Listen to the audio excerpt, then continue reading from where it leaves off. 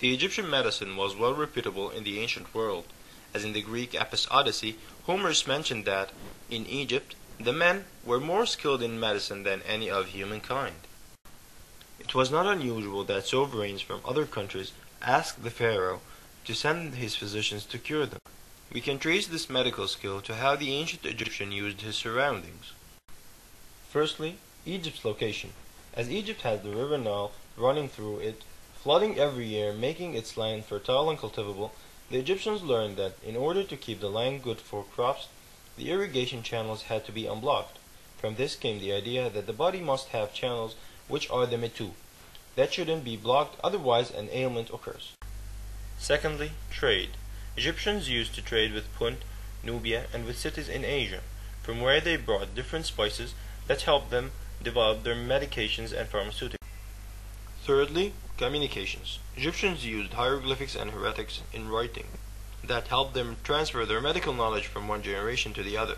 Such evidence is found in different medical papyri such as the Everest and the Edwin Smith. Fourthly, the Egyptian government. Because Egypt enjoyed a settled community, different jobs were at place, among which was the occupation of a doctor or a sunu, not to mention the presence of a state law that organized the relation between doctors and patients. Fifthly, religion. Because of the ancient Egyptian belief in the afterlife, Egyptians performed the process of mummification that demanded the extraction of the deceased guts. That made the embalmers in ancient Egypt the first anatomists, not to mention that priests worked as physicians, especially those who got a segment. Sixthly, technology. Due to the stability of the country, ancient Egyptian technology advanced relatively faster than its neighboring civilizations.